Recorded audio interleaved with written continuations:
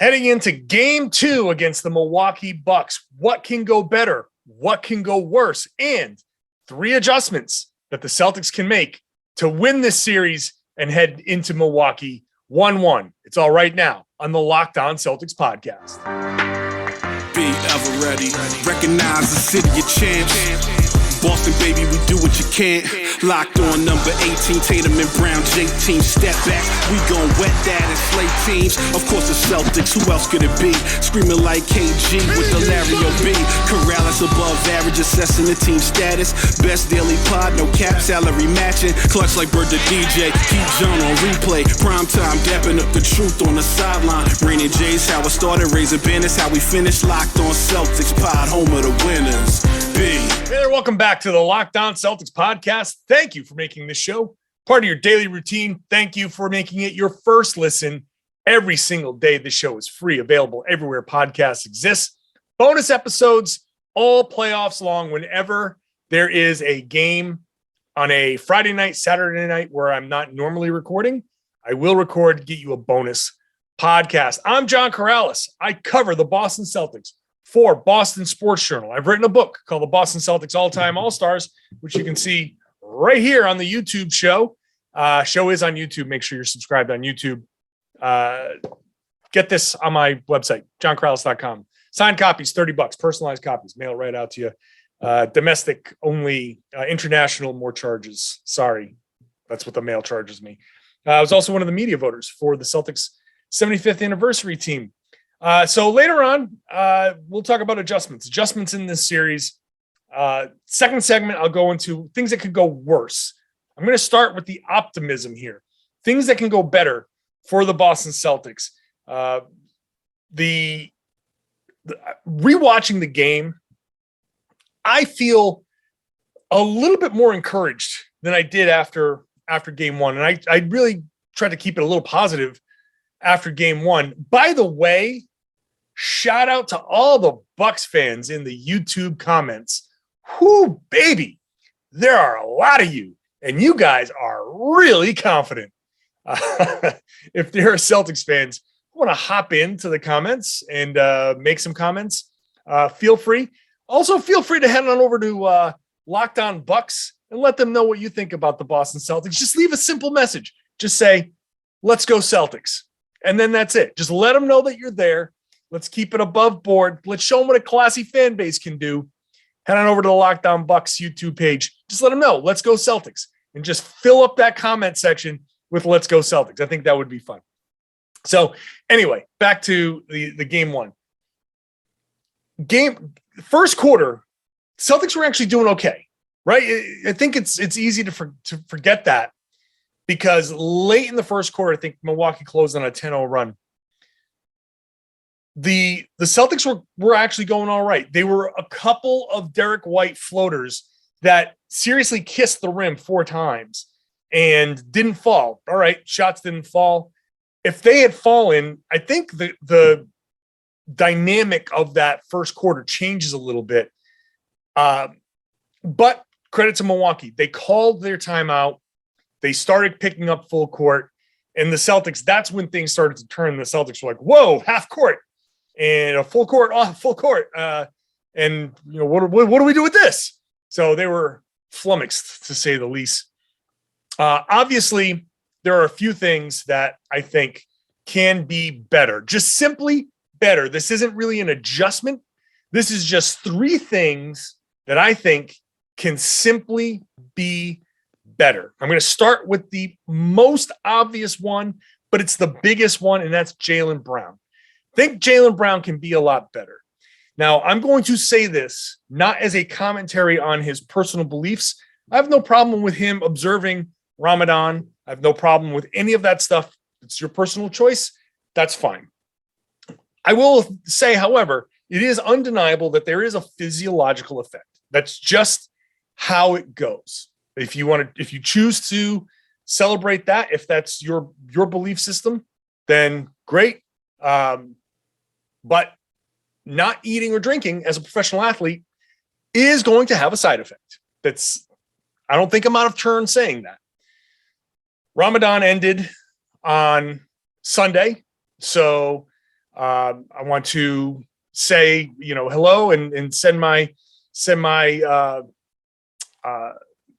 hellos and happy, hope people are having a happy holiday after observing Ramadan and all of that. The professional athlete who doesn't get to eat or drink now has the opportunity to eat and drink.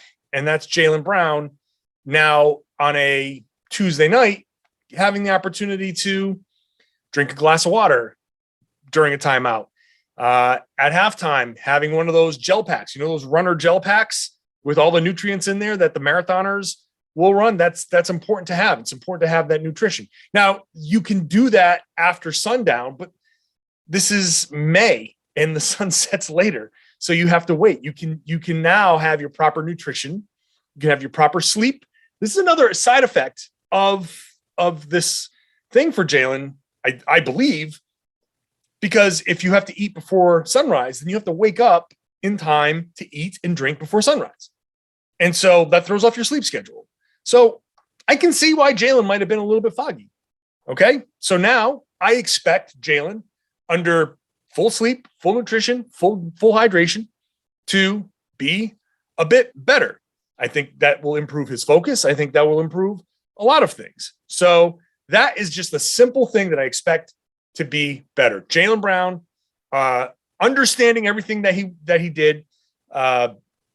He had a horrible, horrible game. I don't think anybody can sugarcoat what Jaylen Brown did in game one.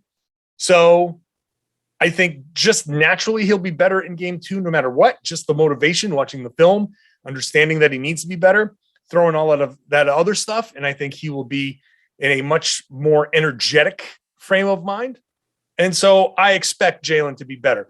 Now that also fuels number two, the turnovers. I expect the turnovers to be better because I think a big part of the turnovers were just bad decisions from the Celtics that put them in a position to get their, to get stripped, to get passes picked off. So Jaylen especially had 7 turnovers. So that was a big deal. And I want to say 5 of his turnovers led to points for Milwaukee. And then one of them was an offensive foul where he missed Grant Williams in the corner, in that left corner. So just Jaylen being better will help some of those turnovers. But I think in general, Celtics over-penetrated. They got into a position where they just didn't know what they were doing with the ball. They didn't know where they were going. Jayson Tatum, let's not let Jayson Tatum off the hook here. Had a couple of drives where there was that one fast break where Jaylen's coming on the right side and Grant's coming on the left. They both should have been spaced out. Okay, fine. They should have been spaced out further.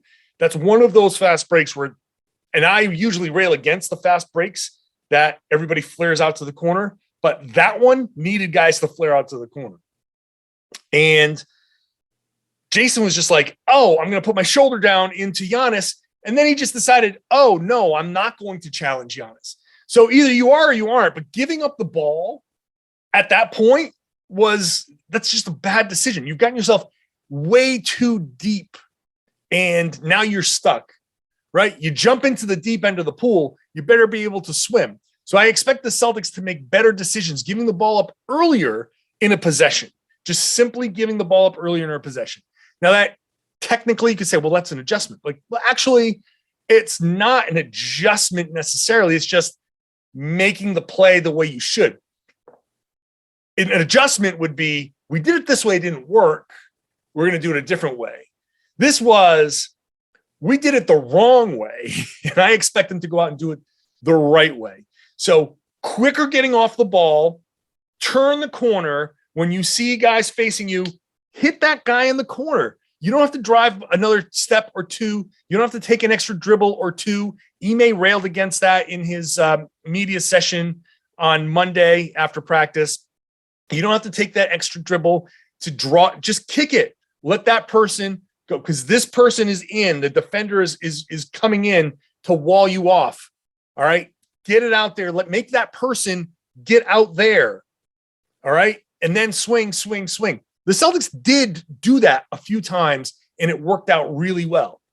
They did have I can think of 3 or 4 possessions where they actually got off the ball fast, swing, another attack, something good happened.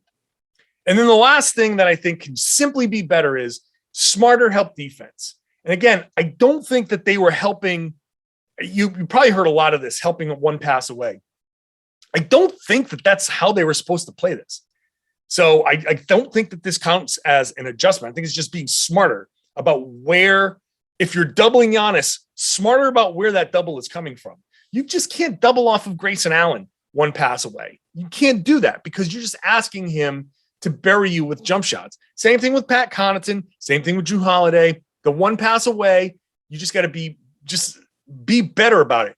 Nothing wrong with the occasional dig at the ball if he's dribbling, but be in a position to get back and contest. So better help defense. I think those 3 things, Jaylen Brown just being better, turnovers a little bit better there in general, making better decisions, getting off the ball faster, help defense, being smarter about helping off of guys one pass away, just doing those 3 things better now makes this a game, a winnable game. The adjustments, 3rd segment. Up next, the things that can go worse, where if these things happen, then maybe I overestimated what the Celtics can do. That is coming up after I talk to you about PrizePicks. If you're looking for a daily fantasy option for the NBA, you need to try the award-winning app PrizePicks. It's daily fantasy made easy. Everyone I've talked to who plays PrizePicks loves it. I think it's a great daily fantasy game, and it's very easy to play. You pick 2 to 5 players and an over-under in their projections, and you can up to 10 times on any entry. It's just you versus the projected numbers. It's not you against the computer, an algorithm, or some guy with some crazy setup. It's you versus the numbers. You can make a pick in 60 seconds or less. It's safe. You get fast withdrawals, and you can get the app on the App Store or Google Play, and you've got every prop that you can think of: points scored, rebounds, steals. It's all right there, and you even have mixed sport entries. So you can go Jayson Tatum points, and you can go pick a Red Sox player, pick somebody else and one of their over-under stats. You can mix and match those things. Want to MMA, that's in there. When football is back, NFL, college football, soccer, you include soccer. So whatever your sports are, you can use it and you cross over and make your daily fantasy picks there. For a limited time, PrizePicks has an exclusive no-brainer of an offer for all of our users. You get $50 for free if a player in your first PrizePicks entry scores a single point, but you have to use the code NBA. So it's an exclusive offer just for you Locked On fans. You sign up today, you use the code NBA, and you get $50 for free if a player in your first PrizePicks entry scores a single point. Thank you for making Locked On Celtics your first listen every day.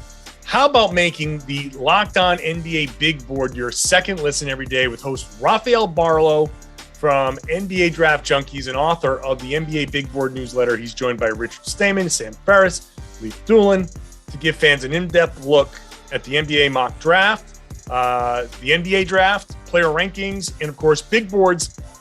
I hosted last year's Locked On draft coverage with Rafael Barlow. He knows his stuff. This dude is traveling across Europe, scouting guys. If you are into the draft, Rafael Barlow is your guy. Check out Locked On NBA Big Board. It's free, available wherever you get your podcast. So talking about what went right for the Celtics, what can go better? What can go better for the Celtics? What can go worse for the Celtics? Let me start with the most obvious thing there. Marcus Smart could not play. That's number one. Number one thing that could go worse for the Celtics is an injury. Marcus Smart is questionable for game 2 with a thigh contusion. He's got hit pretty good. That thing is stiff. It's swollen. It's not fun. And he took a couple of shots to that right thigh. That's something, navigating around screens, you take knees to that thigh.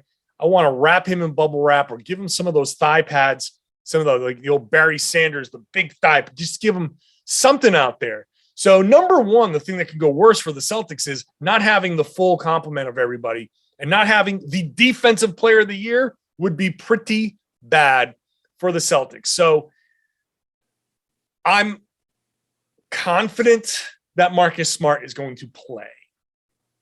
I believe that Marcus Smart is going to do everything possible to play in this game. But sometimes your body just says, you know what? Nope, not going to happen today, buddy boy. We'll see what he does. I can see him wrapping it up. I can see him, it's one of those things where I think if you can loosen it up and spend all day really working through that swelling and loosen it up and keep it warm throughout the entirety of the game, you might be able to get through it. Just make sure it doesn't get cool. If you spend a lot of time on the bike, move around in the locker room, and we'll see. We'll see. I feel like he might play, but that would be very bad. The second thing that could go worse is better shooting from Giannis Antetokounmpo. We know that he didn't shoot well. The Celtics had a big hand in him not shooting well. He also had a couple of layups that rimmed out. A couple of shots, just like we look at some of the Celtics shots that missed. A couple of the Bucks shots, a couple of Giannis shots missed. It's entirely possible that Giannis Antetokounmpo could go out there and have a monster 40-point scoring night. The key there is don't let him get those 12 assists. Then I think they can be okay. I would rather have Giannis scoring 40 with 2 assists than scoring 25 with 12 assists. Even if the numbers match up with, hey, it's 6 of one, half a dozen of the other, I don't like the other guys getting all of that confidence because they hit timely shots. And I think if Giannis is scoring and the other guys aren't getting their shot attempts, then it's much more likely that on one of those kickouts, Bobby Portis misses a shot, Pat Connaughton misses a shot, Grayson Allen misses a shot because they've been kind of standing there and they get frustrated. And maybe it makes the other guys a little more frustrated, especially an emotional guy like a Bobby Portis who's like, hey, I want the ball. Let's go. I'm open. And they start talking and that maybe affects them on the other end. Just for a play. That's it. That's all you need. I would rather have Giannis taking all of the shots and having all of the other ancillary guys be upset, bickering, frustrated, carry that over to the other side. How many times this year have we seen the Celtics offense carries into defense? If Giannis is getting a bunch of shots and he's going for his and he's not spreading the wealth and there's no Chris Middleton to create shots for himself or others, then if other guys can get frustrated and hang their heads and maybe miss a couple of shots that they were hitting in game one, maybe that impacts their ability to get back and they give up a transition bucket. We're talking about a game that may come down to a bucket here, a bucket there, 6 points that you can say these 6 points swung in Boston's favor. And now instead of it being a 12-point lead for Milwaukee, it goes the other way. Instead of going from 6 to 12, it goes from 6 to 0. And that 6-point swing makes it a tie game heading down the stretch. And then, home crowd, home court, maybe somebody on the Celtics makes a play and the Celtics can get game 2 that way. So that's a very important element. The other thing that could go worse is kind of like two things in one. And I'm looking at the defense on both sides. I'm going to say that the Bucks defense being just as good as it was makes things worse because we've seen this defense. And if they can continue playing that level, that game 1 level of defense, if the Celtics don't find all of the dump offs that Ime was talking about, if they don't drive and kick and multiple attack like Ime was talking about, if they don't do all of that stuff and they still are scoring 12 buckets, 12 2-pointers, then that makes things a lot worse because of this. That means the Celtics aren't adjusting, aren't doing some of these other things better that they should be able to do better. So the Bucks defense being just as good really is one of the things that could go worse. The Celtics need to make that Bucks defense look worse. And on the flip side, the Celtics defense in the half court needs to be just as good. So it's kind of like a dueling which defense can be just as good. So if the Bucks can be that level again, if the Celtics can't make them pay for some of the decisions that they're making, then we're looking at a problem. We're looking at a problem here in this series. And I don't know. I think the Celtics, again, I'm confident in the Celtics being able to make some of the things that I'm going to talk about in the next segment happen. But right now, still not 100% sold that that's going to be the case. All right. We're going to come back after, and I'll talk about those adjustments. But first, let's talk about BetOnline. BetOnline is the place to go for all your gambling needs, and new odds are out at BetOnline. The Celtics have gone from the favorites to win the conference to third now, just ahead of the 76ers on BetOnline. They're 9-4. Miami is 2-1. The Bucks are 19-10. Okay. The Celtics are now behind the Bucks as far as odds to win the championship. So they are now fourth in odds to win, the fourth favorite to win the championship at BetOnline. So head on over to BetOnline. It's your continued source for everything you need: live betting, playoffs, esports, and more. You can bet on everything: basketball, baseball, football when it's back, international sports, soccer. Like I said, esports, it's all right there. So head on over to the website today. Use your mobile device. Learn more about the trends in action. BetOnline is where the game starts. Please gamble responsibly. Thanks for making Locked On Celtics your first listen every day. How about making Locked On NBA your second listen every day? Now, I normally host Locked On NBA on Wednesdays with Jake Madison of Locked On Pelicans, but because the Celtics are playing on Tuesday, Tony East is going to step in for me. We've got rotating hosts all week long covering the league unlike anybody else. So check it out. Locked On NBA, wherever you get your podcasts, free, daily, and it's on YouTube just like this show. All right.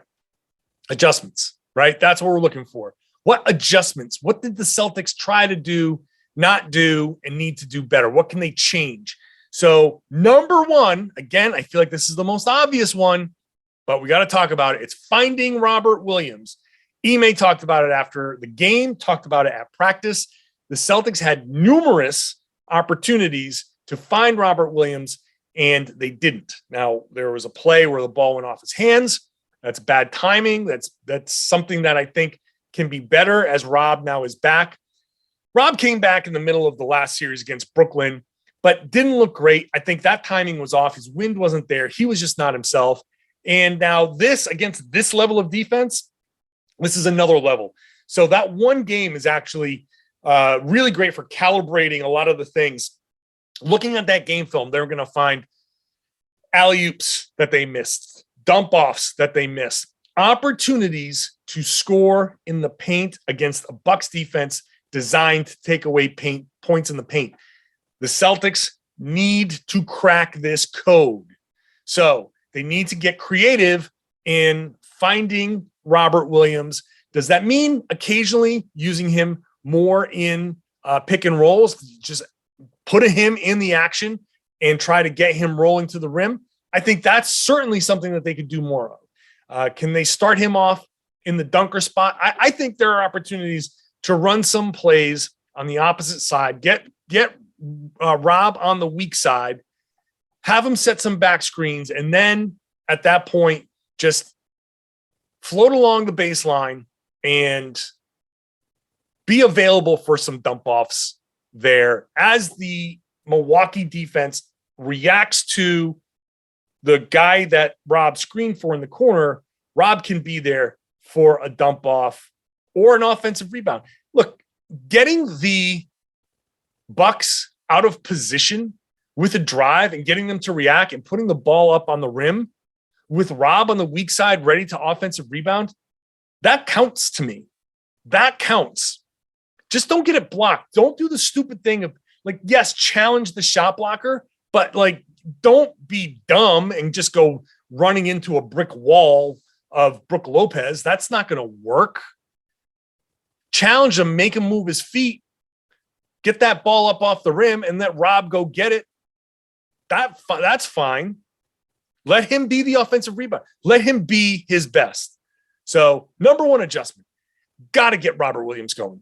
Got to get Robert Williams going. He is the number one key to breaking down that Bucks defense. If you can't get Robert Williams going, 3 of 6 is not going to do it.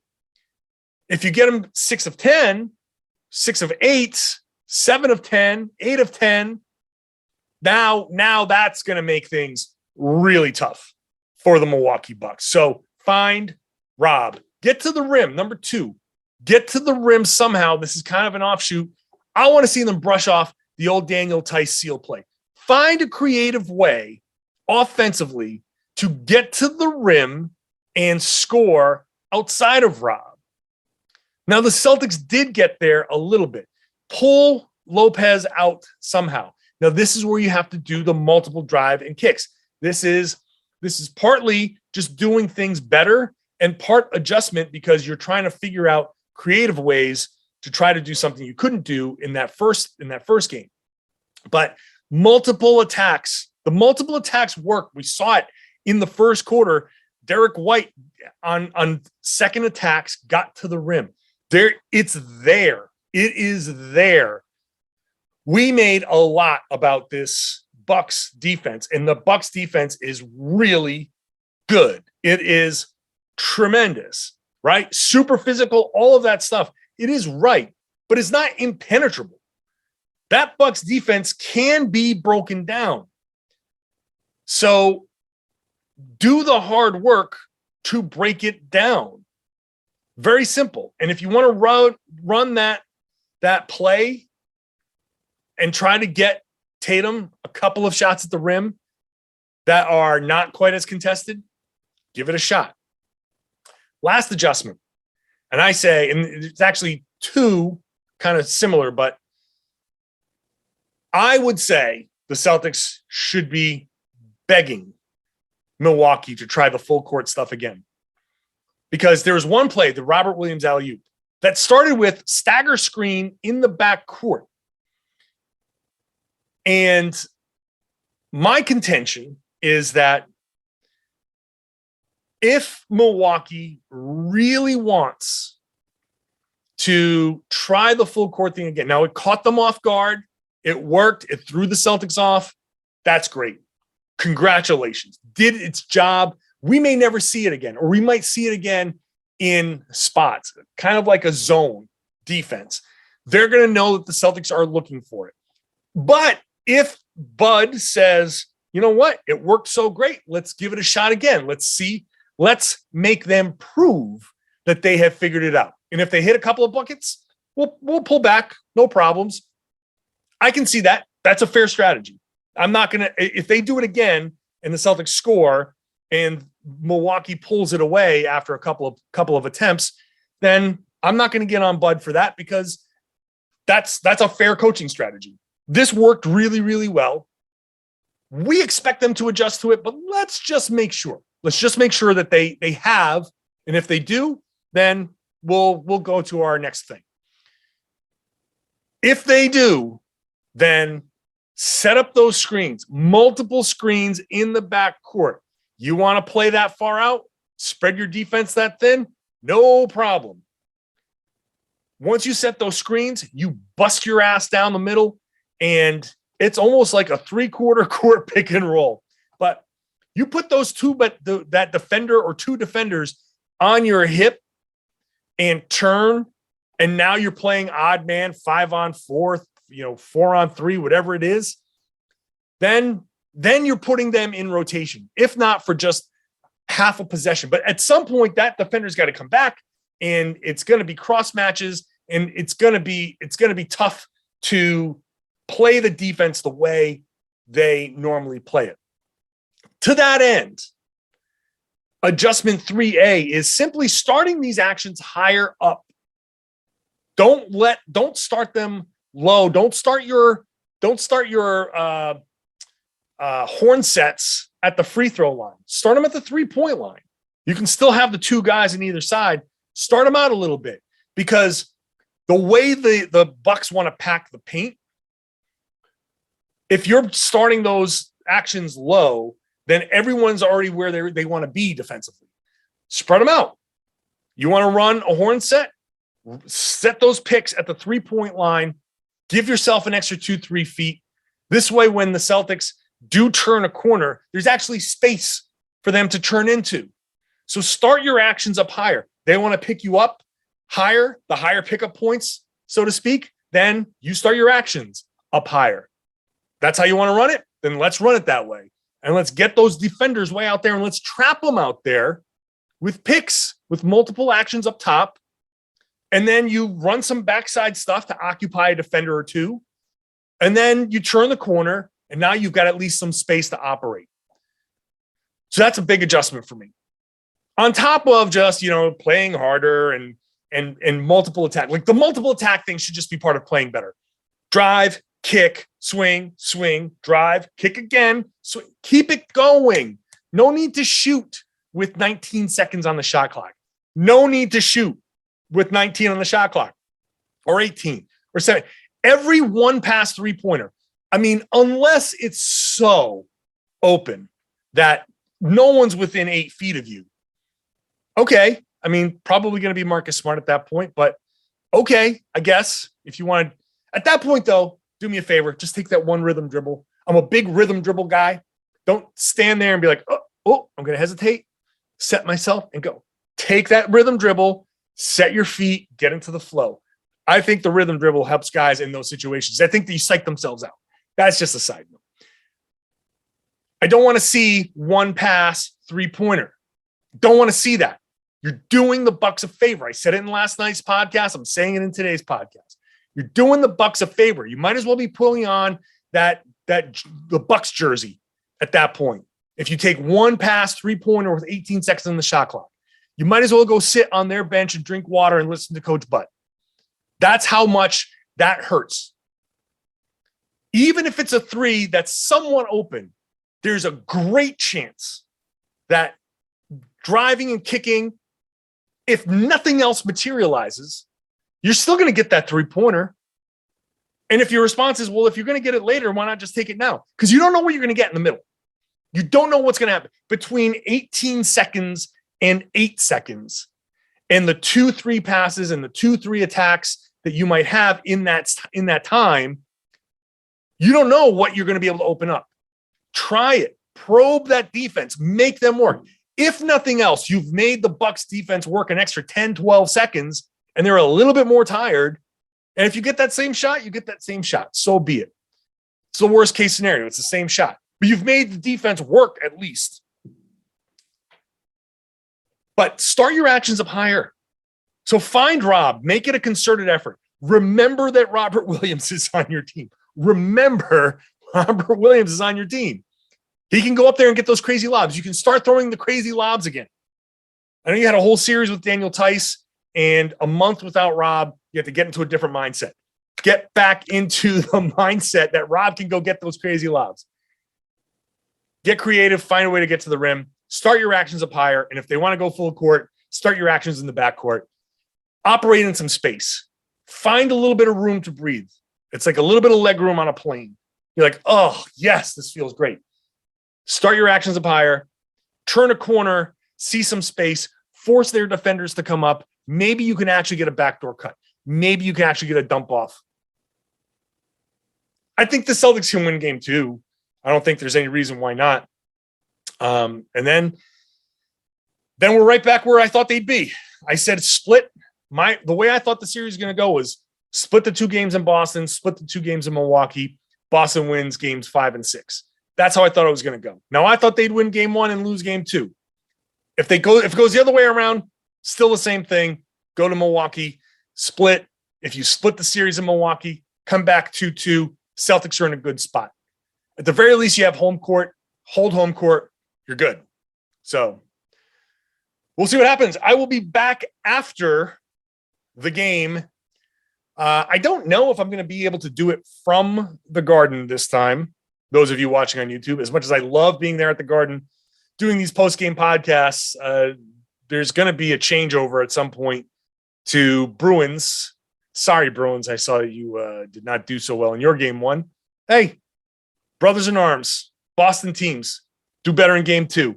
So we'll see. But either way, I'll have a post-game podcast and podcasts all week long and a post-game podcast on Saturday night in Milwaukee which I hope to be from the Fiserv Forum. So make sure you are subscribed wherever you get your podcasts. It's free. It's daily. It's available everywhere. It's on YouTube. So make sure you're subscribing on YouTube. Hop in the comments on YouTube, please. Shut these Bucks fans up, for God's sake. Help me out. And head on over to the Locked On Bucks YouTube page. Give them a taste of their own medicine. Send them a little "Let's Go Celtics" and let them know. Just let them know that you're watching. I would love it if you shared the podcast. Spread the word. Tell your friends. Tell everybody they should be listening to and watching the Locked On Celtics podcast right here on the Locked On Podcast